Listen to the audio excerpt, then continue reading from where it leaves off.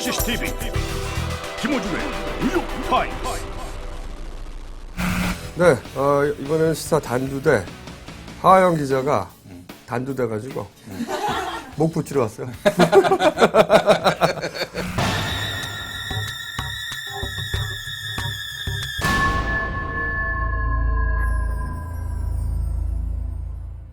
하하영 기자하고는 급이 비교가 안 되는 네. 태추 사장이죠. 네. 태추 사장 1호 MB 정권에 KBS에서 퇴출됐다가 무죄 판결 이번에 받으셨죠. 배임에 대한 그러니까 뭘로 이 사장님을 날렸냐면 배임했다 이거죠. 회사에 손해를 끼쳤다 이거죠. 한마디로 KBS에. 그래서 임기가 그때 1년 정도 남았었죠? 1년 3개월, 15개월 남았죠. 15개월. 얼마 많이 남았는데 버틸 수도 있으셨는데 이 조직에 피해를 더 이상 끼치지 않겠다. 네. 아니, 버틸 수가 없었어요. 왜냐하면은, 그 이사회에서 나를 해임하자고 결의를 해서 그 해임 제청을 결의를 했고, 그냥 이명박 대통령이 베이징 올림픽 갔다 와서 사인해서 쫓아낸 거죠. 근데 사실은 그때, 버틸 생각을 조금은 했습니다. 뭐냐면은, 어차피 쫓겨났는데, 그 사장실에 버티고 앉아가지고. 네, 출근 투쟁 이런 거. 출근이 아니라 이제 퇴출을 안 당하겠다. 라는 그건데, 그래서 인터넷 가지고 같이 그 밖에 촛불 시민들하고 같이 이렇게 하면서 한번 저항을 할까 했는데, 그거를 못한 가장 큰 이유는 그때 당시에 KBS 내부가 굉장히 이렇게 분열이 돼 있었어요. 나를 쫓아내야 되겠다라고 하는 수구 노조가 있었고, 또 지금 새 노조 중심하는 그 젊은 기자 PD들은 강제 해임해서는 안 된다. 그래서 이게 분열상이 너무 그게 굉장히 가슴 아팠어요.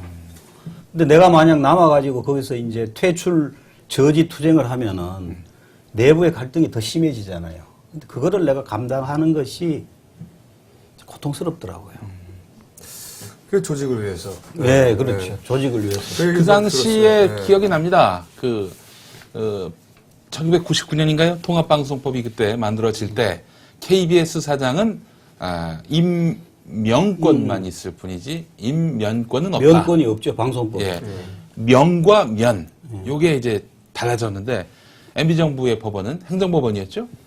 대통령에게 임명권만 있지 해임할 수 있는 임면권이 있는 것은 아니다. 이렇게 법은 그렇게 법정신은 그랬는데 임면권까지 인정을 해가지고 이렇게 해서 사장님을 내쫓았어요. 그래서 제가 그때 했던 아주 유명한 말. 가만히 있어 좀. 그때 제가 했던 유명한 말이 뭐냐면 이 말 나오면 막 엘러지가 생겨요. 엘러지. 임명권하고 임면권이 같다면 이명박은 이면박이다. 그래, 유명하지는 않았는데 잘. 그리고 그 쉬는 사이에 이렇게 책도 별로 사람들이 읽지 않는 책들. 아니야. 여저 정현주의 기록은 언론인을 지망하는 사람들은 반드시 읽어야 될 책이다. 저는 이렇게 생각하고요. 사실은 저한테 글도 써주셨어요. 어머나 이거 쑥 써서 못 읽는데. 읽어. 나 네가 읽어라. 읽겠습니다. 제가. 야 이 마.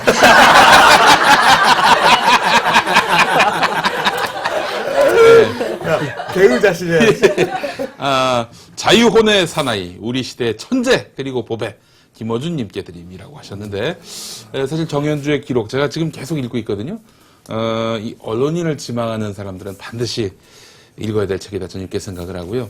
그리고 지금 나온 이 책, 최근에 나온 책이죠. 예. 정현주의 증언. 이것은, 정현주 사장께서 이제 KBS 사장 해임, 된 그 시점부터 지금까지 법정투쟁 그 내용들이 상세히 담겨져 있는데 현 정부의 어떤 언론 탄압의 백서와도 같은 그런 책이다. 저는 이렇게 생각합니다. 임면권 관련해서는 행정소송 중이시죠? 예, 그게 1심, 2심에서 제가 이겼습니다. 해임이 그 과정이 법을 어긴 거니까 해임을 취소하라. 그 1심, 2심에서 다 그 판결을 받았고 지금 대법원에 계류 중인데 그 이제 확정 판결이 나오면은 제 해임과 관련된 거는 법적으로 이게 법을 어긴 거니까 무효가 되는 거잖아요. 취소를 해라 이렇게 되죠. 그러면은 이제 취소하시면 KBS 돌아가실 수 있습니까?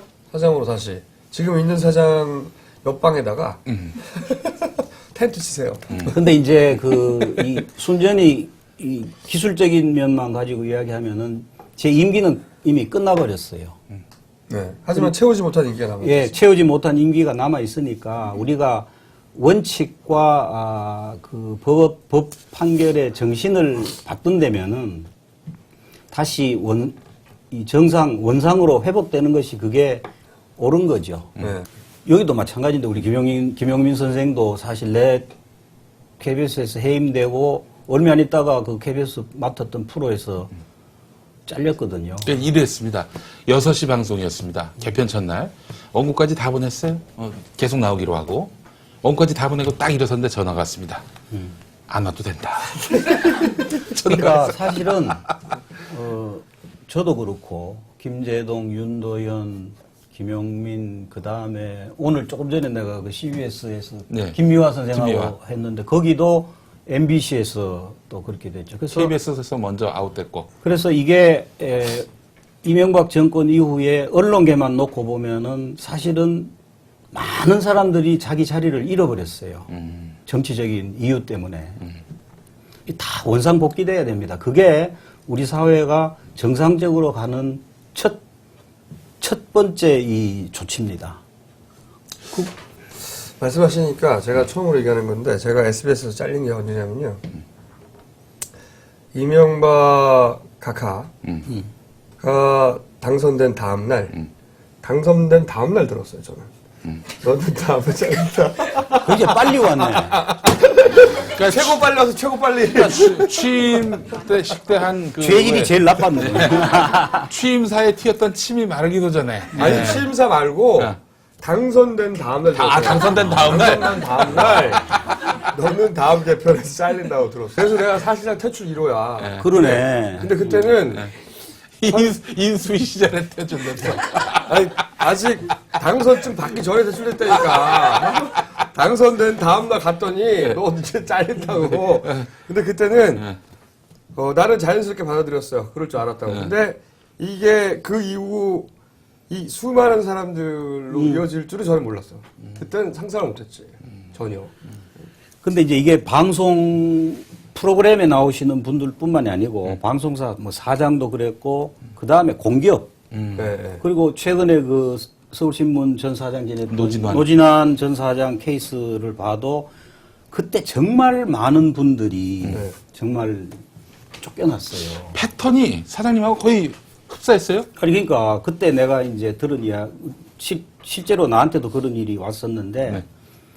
감사원에서 KBS 특별감사 들어오면서 감사원의 조직이 일반 감사하는 조직이 있고 검찰에 마치 중수부 같은 그런 특별조사부라는 게 있습니다. 네.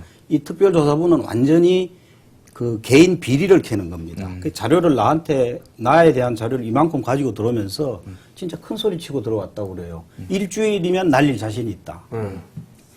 그래서 들어와가지고 아무리 털어도 안 나오니까 나중에 그랬다는 거예요. 세상에 이런 인간이 어딨냐. 그러니까 이제 감사원에서 털어도 안 나오고 검찰에서 털어도 안 나오고 이게 정씨들이 깔 때가 심해요.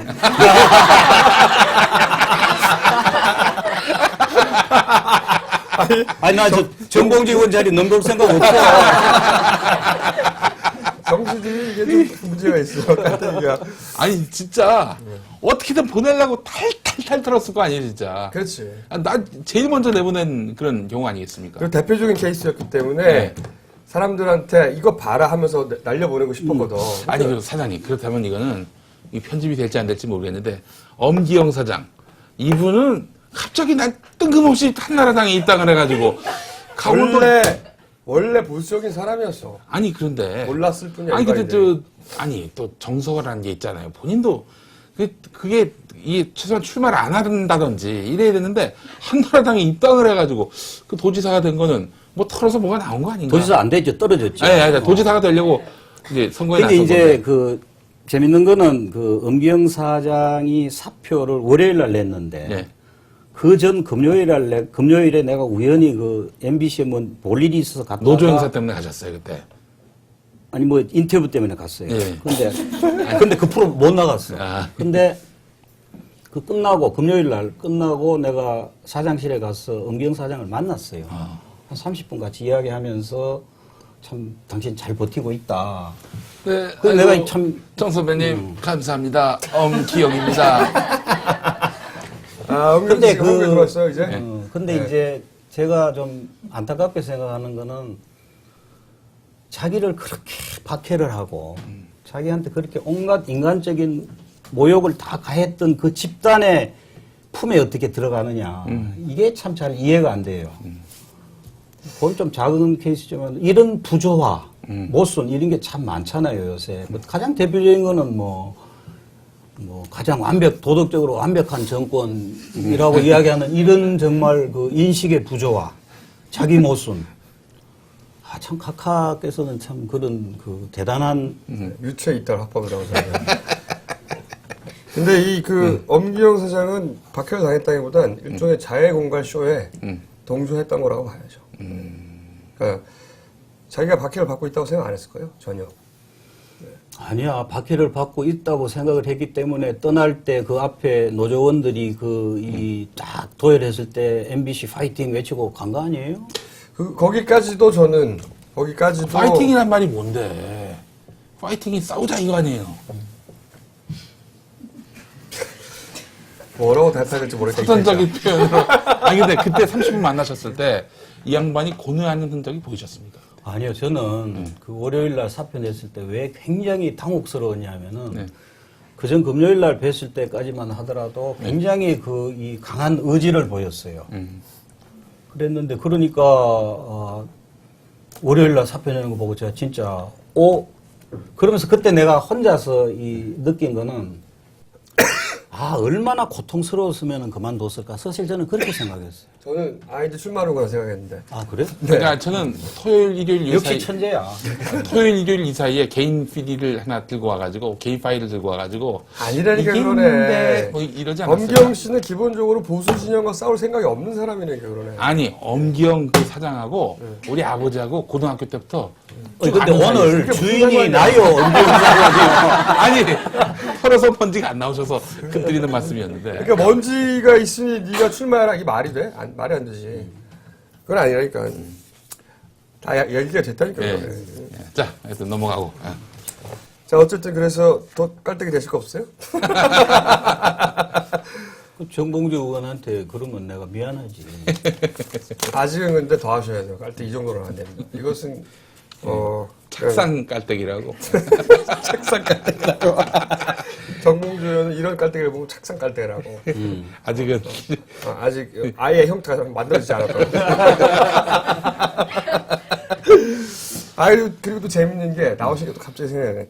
제가 한번 어디 행사에 가가지고 KBS 사장이 더 바보예요, MBC 사장이 더 바보예요.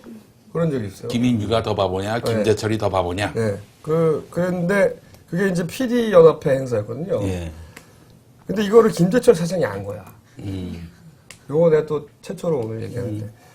그래서 MBC의 모 간부가 와서 저한테 반성문을 요구했어요. 아니 외부 인사인 직원도 아닌 사람한테 네. 반성문을 쓰라고 저한테 반성문을 요구했어요. 심한소를 저한테 내가 딴 데서 얘기 한 적 없는데 모 간부가 와서 저보고 반성문을 쓸 사장을 모욕했다고. 그게 이 70년대 사고인데 70년대 이제 그 긴급조치나 뭐 이렇게 잡혀가면은 네 풀어주려 그러는데 그 각서 하나 써라 그러거든요. 내 자존심상 그거 못 쓰잖아요. 그럼 이제 안 풀어줘요. 각서만 쓰면 풀어준다. 그 각서 쓰라는 거하고 똑같은 거잖아. 그렇죠. 그 70년대 갇혀 있는 사람들이에요. 지금 뭐 KBS도 그렇고 MBC도 그렇고 지금 그 지도부를 구성하는 사람들이 그 70년대, 80년대의 군부 독재 시절에 저널리스트 훈련을 받고 예. 땡전 뉴스하고 하는 이런 사람들 거기 훈련받고 그 후예들이 지금 거기 다 상층부를 구성하고 있거든요. 네. 그러니까 뭐 예를 들면은 김어준 총수가 그렇게 하면은 반성문 써라 그러면 안 되면 자른다 뭐 이런 거가 아주 전형적인 그 7, 80년대 사고죠. 뭐 썼어요, 안 썼어요? 미쳤어 내가 쓰게 그거를. 그러니까 제가 그래서 뭐라고 하냐면 30분은 내가 네.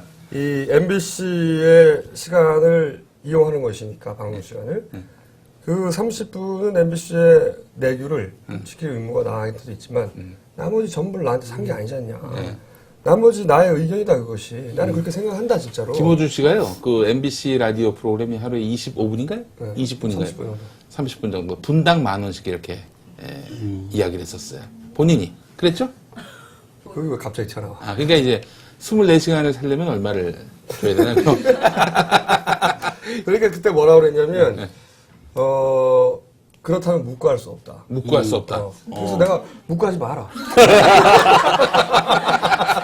아니 내가 여기에 안 맞으면 네. 나를 자르면 되는 거지. 네. 나한테 반성문을 써는 게 말도 안 된다고. 네. 그런데 그분이 어쨌든 저는 잘렸어요. 잘렸는데 그분도 잘렸어. 아, 누군지 알 것 같다. 아, 근데 알겠지? 예.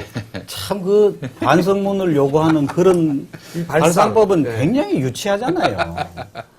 그 정말 나 미친 줄 정말 알았어요. 초등학교 아이들이 야 너 반성해 뭐 이런 지금 그 수준이야. 그쵸? 그 수준이야.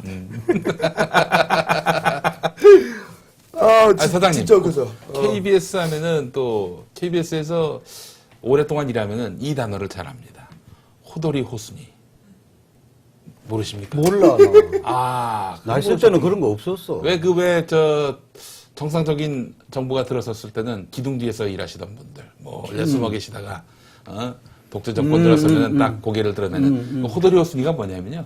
학도 호국단이라고 옛날에 있었어요. 학도 호국단 출신으로. 특채. 예. 있어. 그 사람들은 이제 그 말하자면은 50 정부 때 친전두환 대학생들인데 졸업할 때 백지를 줍니다. 백지를 줘가지고 여기다가 가고 싶은 직장 쓰라고 하면은 삼성 쓰면 삼성 가고 KBS 쓰면 KBS 가고 그런 분들이 있다는 설이 있었습니다. KBS에 예. KBS뿐만이 아니고 네. 당시 방송사들이 다 그랬는데 예.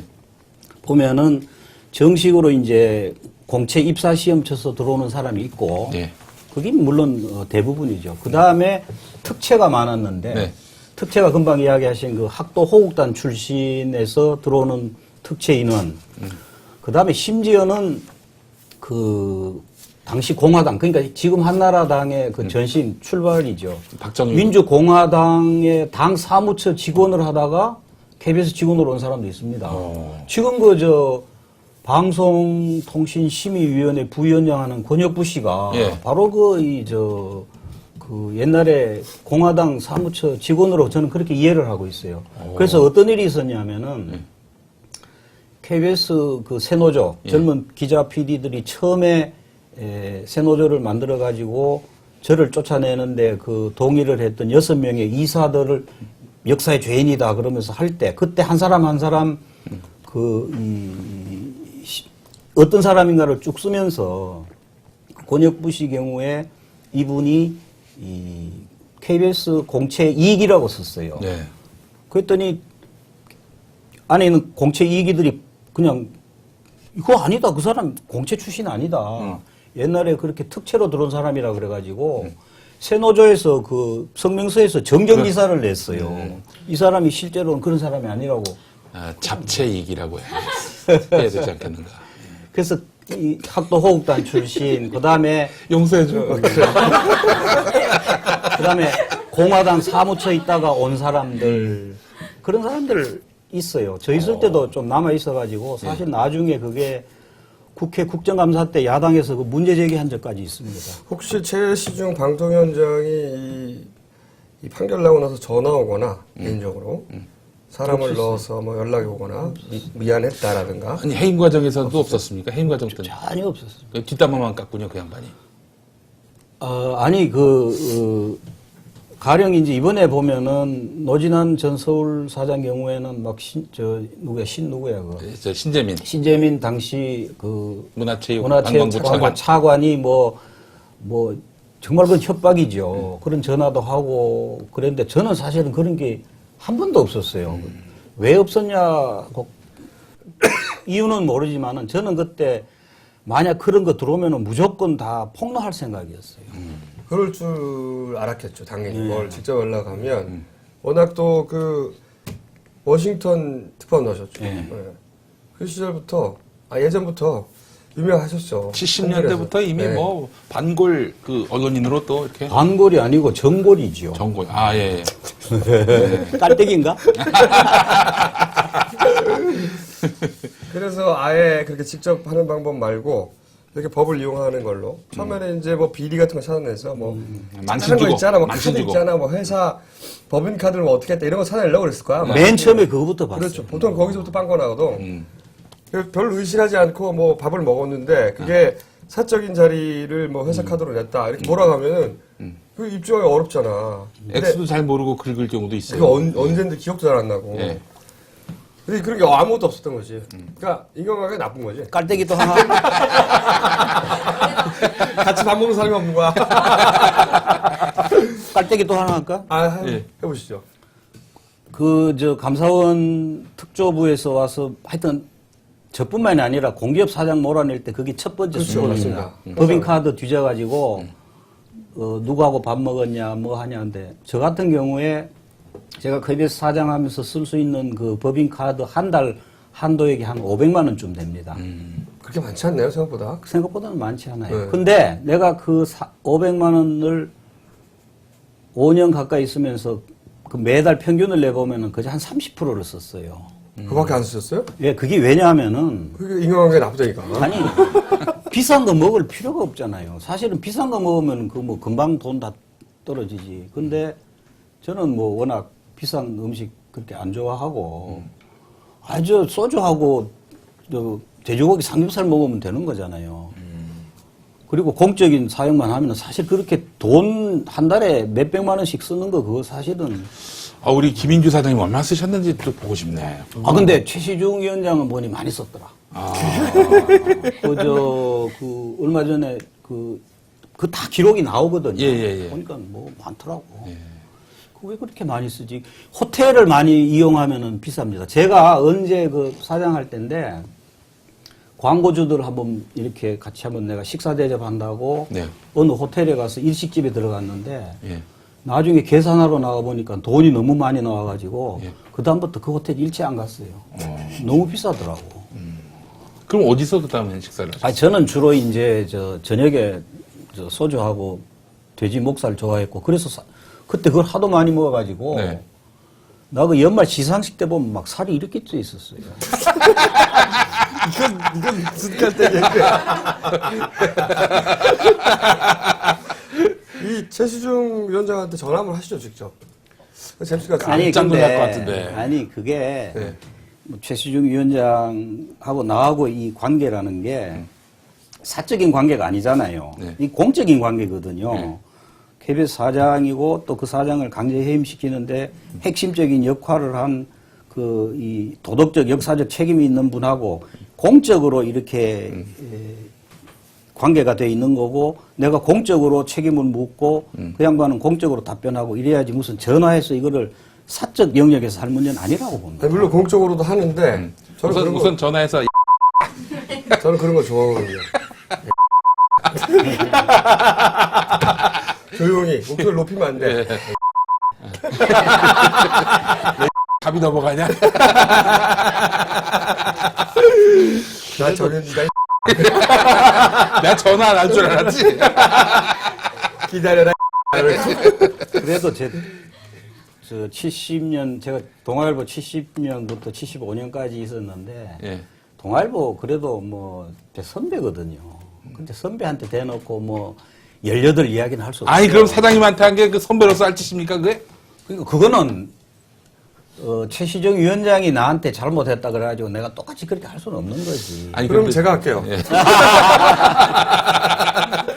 아니 사장님 그때 최시중 위원장이 항상 하는 얘기가 자기가 책임지겠다. 문제 나오면. 저 독재 정권 시절에 붙잡혀가서 고문도 받고 막 그랬다. 그러면서 울먹였어요 옛날에. 잘 울더라고 이분이. 그런 적 없었습니까? 제 기억으로, 그러니까 독재 정권 때 언론 자유 투쟁을 했다 그러면 그건 이제 우리 75년 봄에 대량 해직될 그렇죠. 때 그 사태인데 네. 그 양반 그 건방이 얼씬도 안 했고. 진짜로. 그러니까 이거. 진짜로 얼씬도 안 했어요. 우공토 어깨 안마기. 예. 직장인 학생 노인분의 뭉치고 뻐근한 목과 어깨를 시원하게 팡팡. GS 홈쇼핑 G마켓 옥션에서 베스트 상품으로 인정받은 우수 중소기업 전동 어깨 안마기. 이게 또 2번 나가잖아, 이 방송이. 갈라져가지고. 아, 그래? 예. 관심이 없어, 관심이. 네. 골절 주의해주세요, 골절. 네. 우수 중소기업 전동 어깨 안마기입니다. 고마운 분들에게 좋은 선물이 될 수 있고요. 080-667-4949 또는 한이TV 메인 화면 배너 myhan이.co.kr에서 주문해 주시고요. 자, 권력과 자본에 결코 흔들리지 않는 한겨레. 여러분의 믿음에 기사로 보답하겠습니다. 한겨레 신문, 한겨레 21, 이코노미 인사이트, 르몽드 디플로마티크, 시내 21에 구독을 원하시는 분들 한겨레 신문 고객센터 1566-9595 또는 한이누리, 한이누리.co.kr로 신청하시면 되겠습니다. 방청 신청하실 때 김어준의 뉴욕타임스 블로그에 들어오셔서 가입하시고 비밀글로 신청해 주시는데 꼭 사연과 성함, 연락처, 몸무게를 남겨주시기 바라겠습니다. 네. 그 다음에 이제 우리가 거기 동아일보에서 마지막 해직 당하기 얼마 전에 마지막으로 이제 우리가 마지막 제작 거부에 들어갈 때 네. 그때 제작을 거부하는 사람들은 완전히 회사를 소위 요새 말로 하면 점령을 했습니다. 오큐파이 동아일보. 그래서 저 같은 경우에는 이제 그때 우리 선배들하고 동료하고 24명이서 2층의 공무국을 점령을 했어요. 공무국이라면 이제 인쇄하는 곳. 팔자 인쇄하는 그거 없으면 못 하거든. 제작 거부하는 내 동료들은 거기서 2층 점령하고 3층 편집국, 4층 동아방송 다 정말 점령을 했어요. 제작 참여파는 밖에 나가서 딴 신문에서 신문 만들었어요. 그때 최시중 씨 거기 없었어요. 그리고 진짜 얼씬도 안 했다니까. 우리 자유언론 그 투쟁 과정에. 그래서 저는 언젠가 자기가 언론 자유를 위해서 뭐 감옥에 갔다 그래서 그거는 사실은 그 팩트가 뒷받침 안 되는 이야기입니다. 이 사람 팩트 뒷받침 안 되는 이야기를 가끔 해요. 최근에 참 그러면 안 되는데. 네. 나 이제 내가 책임을 묻고 사퇴해라 하고 난 뒤에 이제 국회에서 국회 열렸잖아요. 네네. 그 자리에서 이런저런 이야기하는 과정에 자기가 김금수 당시 KBS 이사장을 만나가지고 대학 동기니까 만나서 이야기는 했지만은 정연주 사장 이야기는 안 했다 이 말을 했거든요. 그 사실이 아닙니다. 저는 최시중 당시 방송통일위원장하고 KBS 당시 김금수 이사장하고 두 분이서 나눈 이야기를 내가 나중에 그 김금수 이사장을 통해서 제가 전해 들었어요.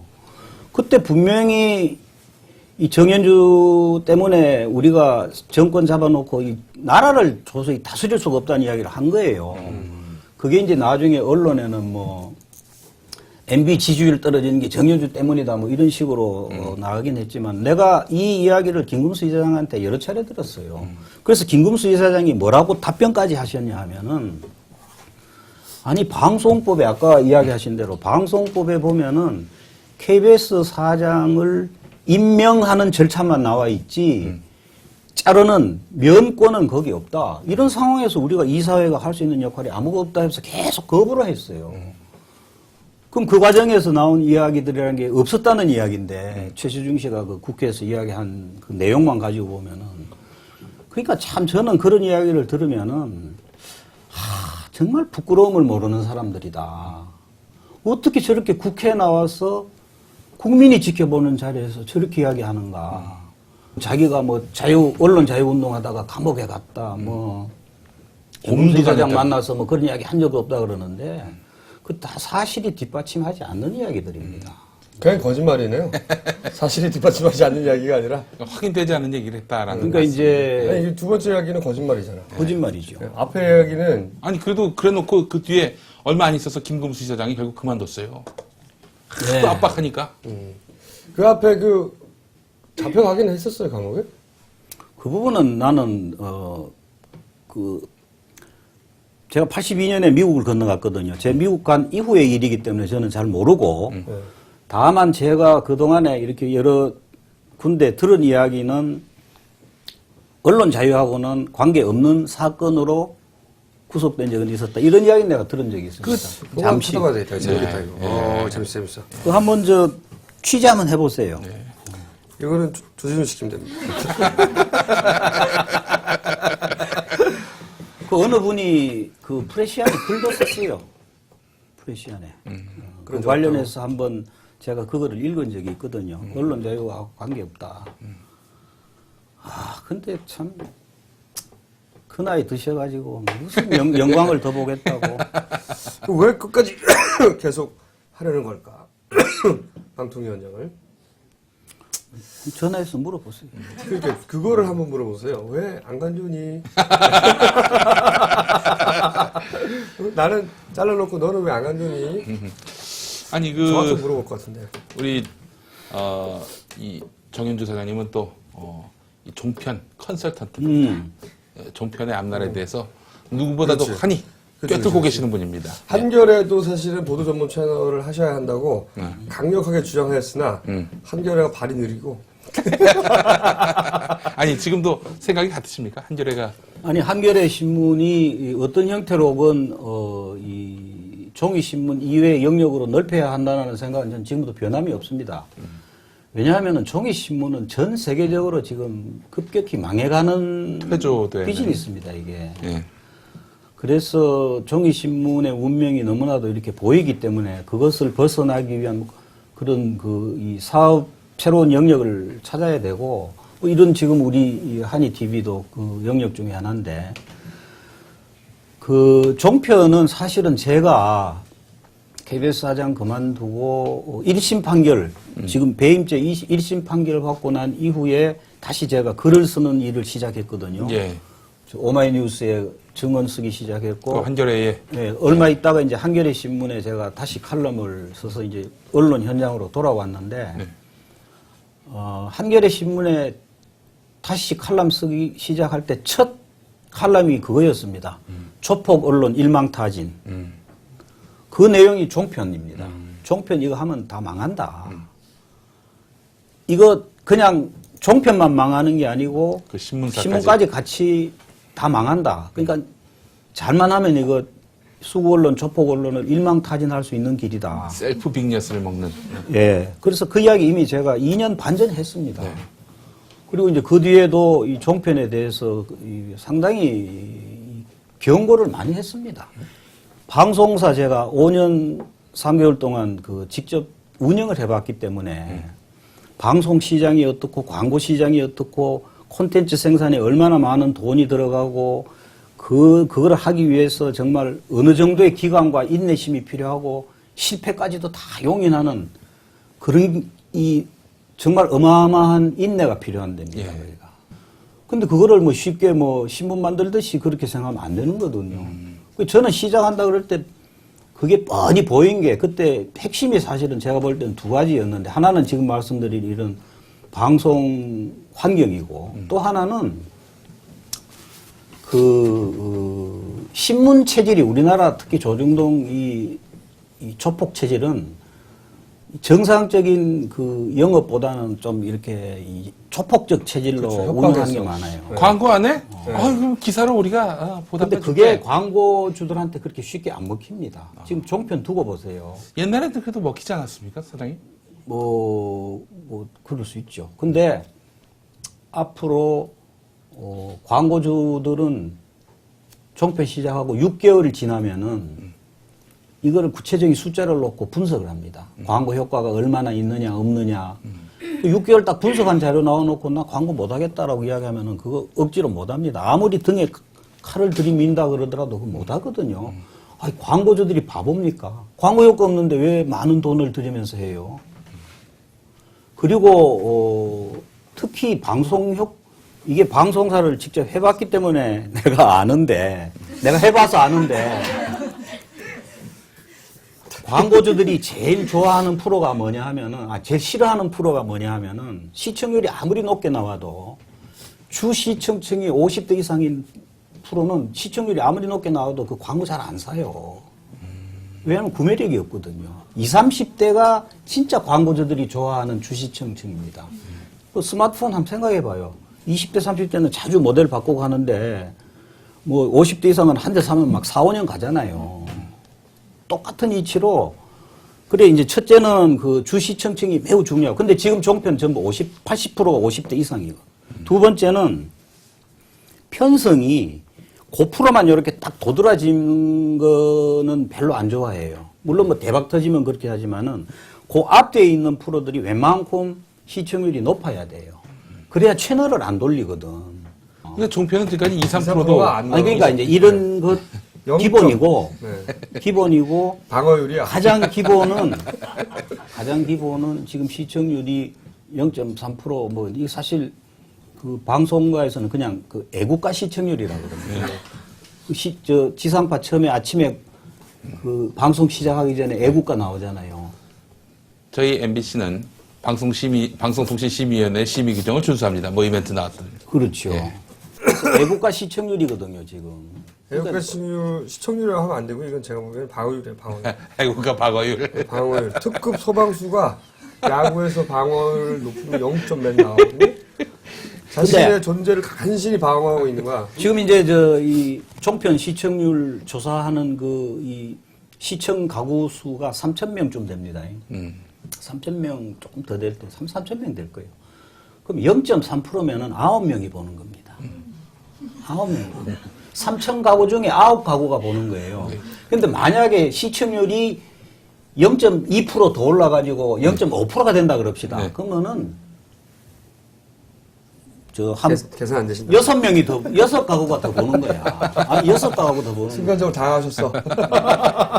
계산이 빨리 안 돼가지고. 내 나이 돼봐요. 근데 그렇다면은 지금 종편들이 지상파의 한 70%급의 100이 아니라 한 70% 정도 광고 비용을 우리한테 달라 이런 얘기 아니에요. 도둑놈이 지금. 종편에다 100만 원 주면은 우리는 한 70만 원 줘야 된다. 이런 이제 그 소리 못 하고요. 네. 지금은 이미 이제 이 시청률 3.3%고 지금은 또 이미 이 개국한 지 3주 만에 프로그램 내린 프로도 여럿 있습니다. 그 다음에 지금 재방이 너무 많아요. 재방송이 막 하루에 막 5-6번 트는 프로가 너무 많아요. 광고주들이 그거 왜 광고합니까? 그리고 경쟁사가 공중파가 아니라 보니까 케이블 방송국이야. 아니 케이블 방송보다 갑자기 질이 떨어져. 생각을 해서 생각이 나니까 그런데 제가 예전에 케이블 TV 있었지 않습니까? 그 케이블 TV가 이제 97년에 외환 위기를 맞고 난 이후에 제작이 중단됐어요. 그래가지고 옛날 걸 계속 쓰는 거야. 근데 기독교 케이블 TV였는데 저희 교회에 와서 한번 촬영을 한 적이 있었는데 초등학교 3학년짜리를 촬영을 했는데 그 애가 중학교 가고 고등학교 갔는데 계속 나오는 거야. 자기 피가 제발 좀 틀지 말아달라고. 맞아요. 지금 저 종편에서 어떤 현상이 생기고 있냐면은 광고주들이 이제 뭐 억지로 광고를 내요. 네. 그러면은 뭐 보통 한 3번 틀어주는 게 정상인데 네. 막 10번씩 트는 겁니다. 그럼 이래 되면 어떤 현상이 생기느냐. 그 광고주가 내는 상품의 가치가 떨어집니다. 그렇죠. 한번 생각해 봐요. 네. 이거는 광고라는 것도 어느 정도 좀 희소성이 있어야 되는 거든. 예. 가끔 봐야 그게 효과가 있지. 예. 하루에 막 10몇 번씩 나오면 그 광고 지루해서 돌려버립니다. 예. 그러니까는 광고주들이 제발 좀 많이 틀지 말아라는 이야기까지 나오고 있어요, 지금. 심각합니다, 이거, 좋으시죠? 아니, 나는. 내가 또 깔때기 하나 할까? 요새 제 얼굴이 많이 환하잖아요. 너무 좋아, 요즘. 이게 정말 좋아요. 왜 좋으냐? 첫째는 자고 일어나면은 이명박 정권의 날이 하루씩 짧아져요. 그렇잖아. 하루 자고 나면은 이명박 대통령하고 그 사람들이 집에 가야 할 날이 짧아져. 큰 집에 가야 돼. 뭐 어떤 집인지 몰라. 뭐큰 집에 갈지, 작은 집에 갈지, 뭐 내곡동 집에 갈지, 뭐 어디 갈지. 하여튼 집에 가는 집에 시간이 갈지. 예. 매일매일 짧아져. 참 즐겁죠. 두 번째는 제가 이제 재판에서 이기면은 예. 그 밀림 봉급하고 뭐 여러 가지 다 받아내거든요. 근데 그렇죠. 이자가 다 붙어. 매일매일이 이자입니다, 지금. 그 다음에 세 번째는 정말 저는 평생 이제 언론 문제를 가슴에 품고 살아왔는데 우리나라 이 수구 언론, 조폭 언론이 정말 어떤 형태로든 한번 역사의 심판을 받고 청산되는 걸 진정을 원합니다. 그런 과정을 통해서 진정한 언론으로 새로 태어나든가 아니면 역사 무대에서 사라지든가 그래야 우리 사회 민주주의의 그 여론의 다양성이 이렇게 자리 잡을 수 있는데 근데 그게 사실은 그전에는 워낙 이 수구 언론이 강고해서 야 저거 진짜 언제 어떻게 했는데 지금 종편 딱 보면은 이 0%대 시청률 보면 야 이 내 꿈이 이제는 그냥 꿈이 아니구나. 그지 막 이런 몇 가지 요인들이 겹쳐진 데다가 그때까지만 해도 내가 내 얼굴이 이제 형광등 한 100개쯤 켜진 그 아우라가 보였는데 무죄 확정 판결까지 받고 나니까는 더 하나가 생겨서 저는 형광등 200개입니다. 우리 저 얼굴이 사장님께서 너무 좋아지셨어. 진짜 좋아졌죠. 네. 사장님께서 조중동이란 말을 만들어내신 분이세요. 예. 아무나 만들 수 있는 건데. 그랬더니 이게 자기들 비꼬는 말인데 동아일보가 아니다. 동조중이다. 그럼 조폭 언론도 사실 조폭 언론. 제가 만들었어요. 그리고 저희 이 뉴욕타임즈하고 나는 꼼수색 보십니까? 예, 봐요. 낙곰수 참 즐겨보죠. 듣고 있죠. 예. 재밌어, 정말. 야, 그 낙곰수는 정말. 낙곰수 이야기 해도 돼요? 물론이죠. 네. 근데 한이 TV에 와서 그 좀 그러네. 한인 TV가 다 편집하겠죠. 아까 제가 말씀드린 소위 그 우리나라 수구 언론. 특히 이제 제가 언론 인생을 한 40년을 넘게 했는데 지금처럼 언론이 한쪽으로 이렇게 쏠린 적이 없었습니다. 지금 우리나라 언론은 90%, 이게 제도권 언론, 90%가 한쪽 이야기입니다. 가진 자, 강자, 자본가의 논리고 기득권 세력의 논리거든요. 조중동 말할 필요도 없고 방송지음 전부 그렇죠. 경제지 전부 그렇습니다. 경제지에서 노동자들 그 자기 권리 주장하는 기사 본 적 있어요? 대부분의 신문들. 그러니까 90% 언론이 한쪽으로 쏠려 있는데 이 강고한 이 성곽을 정말 나는 허무르기가 참 힘들다고 봤는데 요새 한 1, 2년 사이에 일어난 현상인데 이 디지털 혁명을 근거로 해가지고 새로운 매체들이 영향력을 가지면서 그 대표적인 게 지금 낙곰수로 대표되는 그 팟캐스트하고 특히 낙곰수 그 다음에 SNS 이게 다 최근에 이 스마트폰 그 디지털 기술을 바탕으로 한 스마트폰이 생기면서 가능해진 시대가 돼서 이 새로운 이 소통의 도구가 기존에 이 90% 한쪽으로 쏠려 있는 거를 다 지금 압도를 하고 있어요. 진짜 혁명입니다. 이 혁명이 진짜 우리한테 희망이에요. 조금 더 세게 하셔도 돼요. 동방깔대기라고요. 상대를 높임으로써 자기가 같이 올라가는 동부.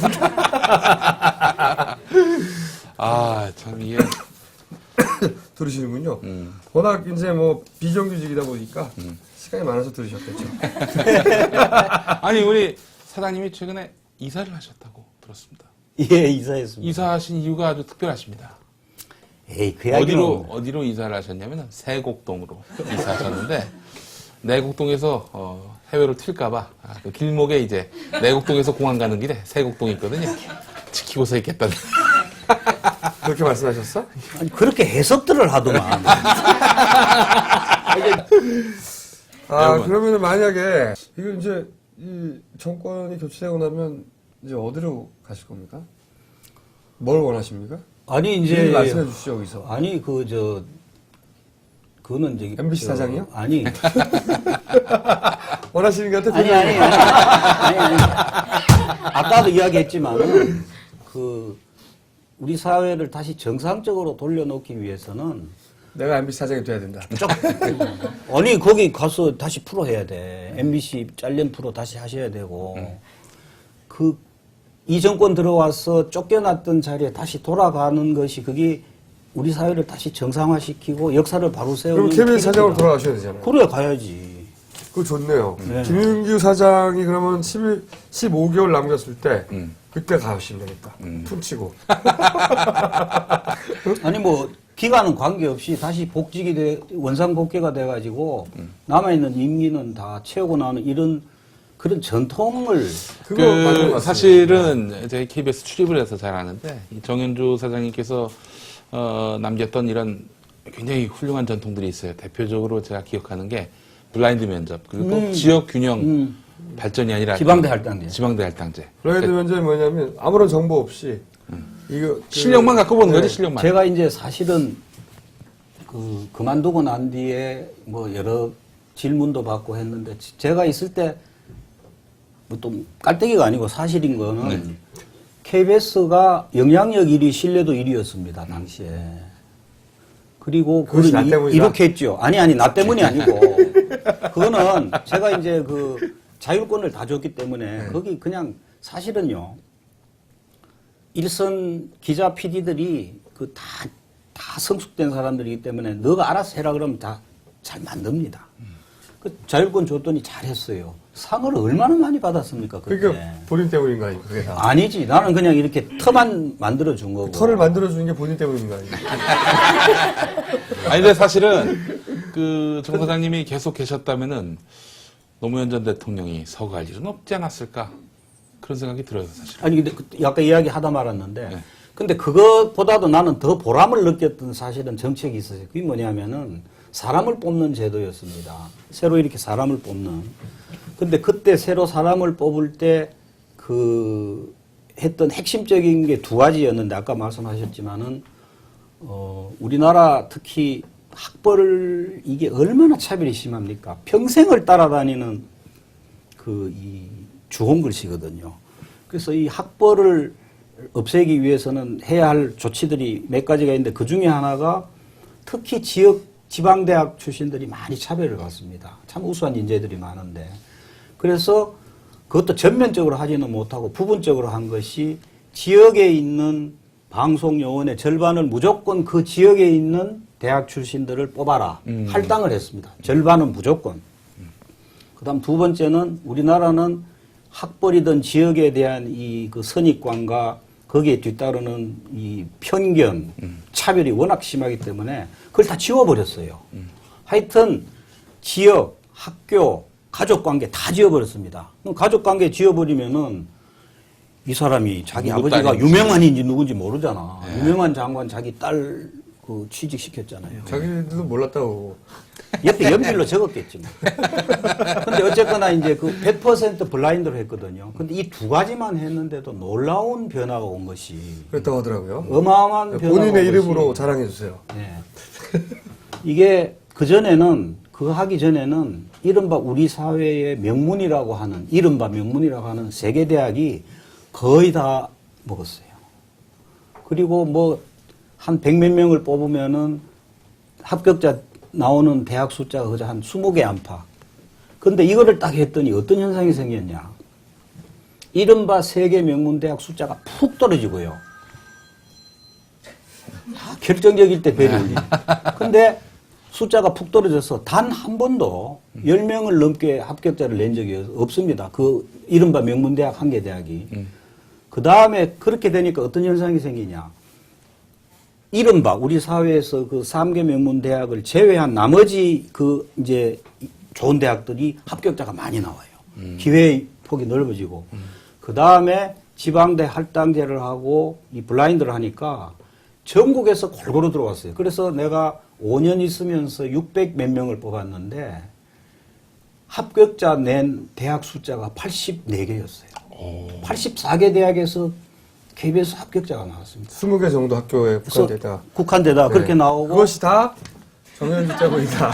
아니 그거는 제가 정말 참 보람되게 생각하고 저는 이게 그냥 제가 했던 단순한 실험이 아니고 실제로 성과를 봤기 때문에 앞으로 정말 이 좋은 정부가 들어오면은 이런 블라인드 면접, 지방대 할당제 같은 거는 이거는 제도화 시켜야 된다고 지금도 생각하고 있습니다. 실제 SBS도 그렇게 해서 그 사람을 뽑았었는데 드라마 PD 같은 경우에 지방대 그것도 거의 30 다 된 여성이 합격을 했습니다. 근데 너무너무 일을 잘한대요.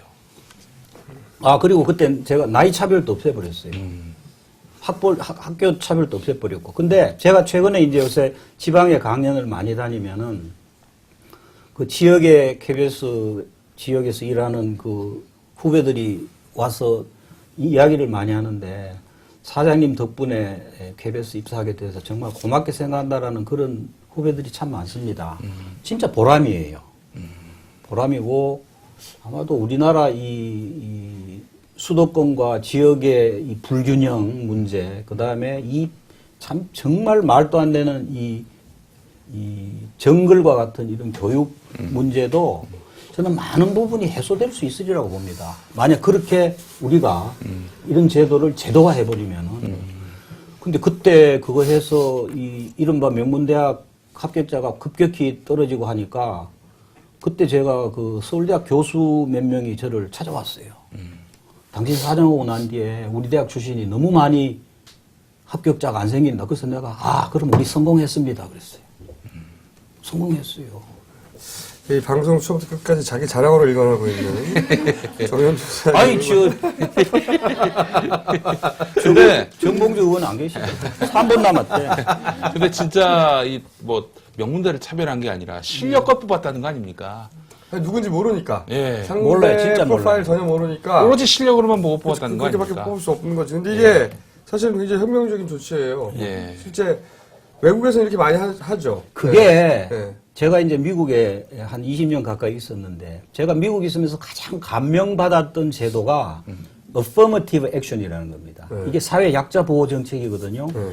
이게 핵심 내용이 그겁니다.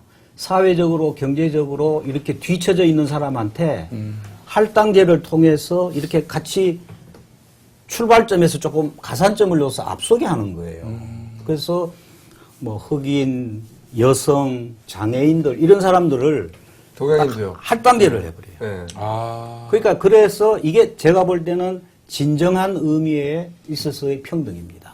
소수자 보호 정책. 예, 소수자 보호 정책.